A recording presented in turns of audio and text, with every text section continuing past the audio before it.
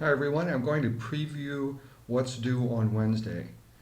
Um, so I have added the material that I'm covering here today at the bottom of the section for the first lesson. I've tacked it on here at the bottom, and here's the outline for this presentation.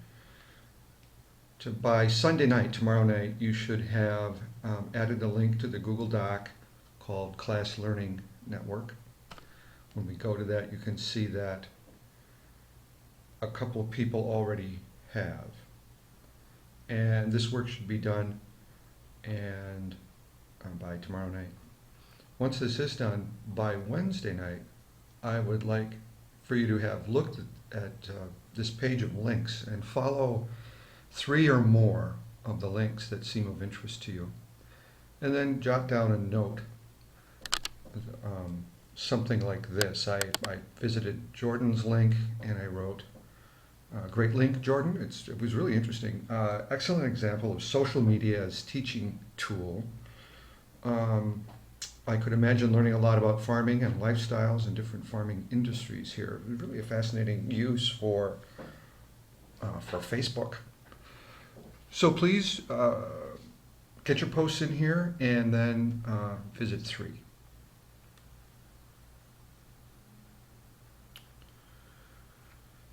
Secondly, I would like you to create a site.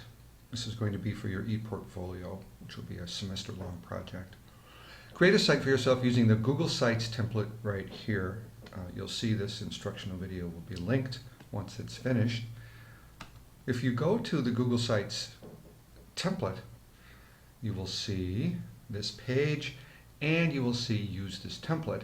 And that's all you do. You go use this template and then it prompts you to name the site. We're going to use this template that's in red right here. Just select that and then name your site. You would name it something like your last name and then 3672W.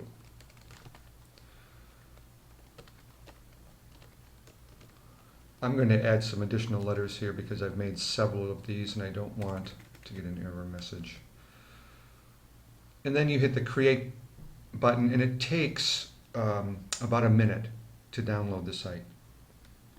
Okay, here it is, and the site has, Google has made a complete copy of the site, including this home page, and it's downloaded an instance of the syllabus and the project page, your ePortfolio, and this link, which we may or may not use, but it's there.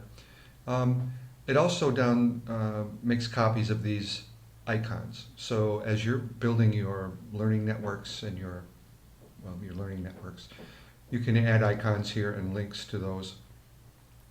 When you create a blog, you can link to your blog, you can link to your Facebook and LinkedIn and etc. That's what these are all about. And over the course of the semester, we'll learn how to use some of these. The thing I want to focus on right now, though, is the project page, because for Wednesday, I'd like you to have reviewed this. So I'm going to pull this up.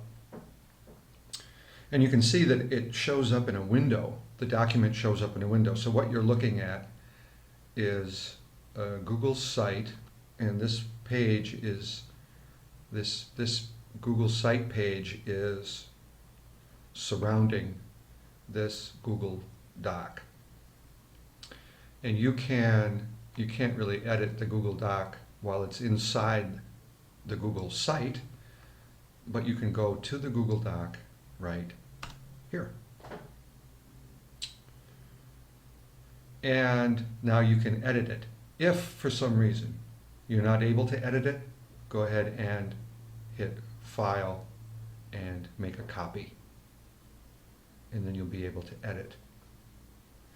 There are lots of details to cover in here about using these documents, but I won't talk about that yet. I want to focus just on this document and the semester-long project that we'll be working on here this semester. All the sections of the document are listed up here. in the documents table of contents. You'll see that this is all here, and it's a document that will where you can record changes to your project, updates, and it's a master document that should help you focus your attention and focus your information here on this one master document, which you will be graded on 3 times. You'll go through this. That you can see the first version will be dedicated to the user manual, for example, and you'll add content for it, and I will review it and grade it, and then for the promotional brochure, you will go through and add more information to it about audience, about risks, about other project details, and then you'll do a final iteration of it for the training presentation. So by the end, you'll have a really detailed, robust document that you could show someone if you apply for a planning, a planning job or a project management job or project coordinator job, to show the level of detail that you've been able to achieve in your work. I've scrolled down a few pages.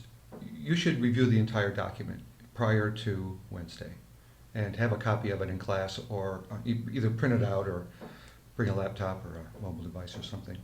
Then you can take some notes on how to proceed. But the reason that I'm asking you to do this is that I'd like you to also, I'd like for this document to inform your thinking about what kind of projects you want to do. If you're going to develop a user manual for how to maintain a bicycle, a user manual for how to download an app. It should be, whatever your project is, it should be something that you really do care about. It could be related to work if you like. It could be related to a personal hobby. But the user manual, there should be some technical dimension to it. So using tools, using processes, and using procedures that if you choose a project that's too simple, it won't really challenge you, and you won't learn very much. If you choose a project that's too complex, it becomes overwhelming and you can't get it done in the time that we have. So, that's why I'm asking you to think about these things in advance, and we can work through it in class. The user manual is going to be, I think it's 12 to 18 pages, and don't quote me on that. I'll have to look at the syllabus, but I think it's more like 18. And that includes visuals and front matter and back matter, and we can go through that in some detail. But once again, we're looking at a 3-week process, 3-4-week process. So that's kind of the scope. That's your time frame, and that's how you should be thinking about this. Some people have put together manuals about how to build your own computer, for example. So can you do that in 18 pages? Maybe not. So maybe you do just a part of that process. How to mount the CPU. I obviously don't know how to build my own computer, but some part of a larger project could be for your user manual. The brochure is a promotional piece and uses different language from the user manual. So now, in the past, I've made it so that the brochure has to promote the same thing that the user manual outlines or teaches. And we can talk about this. We could. I'd like to hear about points of view. It could be an option to have the user manual, the brochure, and the training presentation all on the same subject, but that can get long and tedious to kind of be thinking about the same thing for the whole semester. So it could work for you to do a user manual on how to do a bike, how to maintain a bike, and then a promotional brochure for why a person should build his or her own computer. You see. And then a training presentation could be a demonstration of how to maintain some small part of a bike, or how to build a computer, or it could be about a third topic. So there are a lot of ways to configure this, and that's what I'd like you to think about. Well, the most important question: what do you really care about? What do you want to spend the next month gathering information about? researching, talking to other people about their interests or their expectations when it comes to how to do something, what do they need to know, how do they like to learn, what can you really teach, what can you really draft into an 18-page user manual that's realistic. So give that some thought. You can see that there's an example of user profiles in here, which I will ask you to develop for each of your deliverables. And all these other details, like you need real people to interview and to test your work on. It's not a hypothetical situation. I'll ask you to provide names and contact information of your users so I can be in touch with them and confirm their participation. Okay, so what do we have? Right, user manual 18 pages, training presentation 10, 10, 10, I'll explain that. Promotional brochure is 4 pages. So once again, all these details for the project are spelled out in the IDPP, so please do study that and start thinking, and we'll discuss it in greater detail on Wednesday.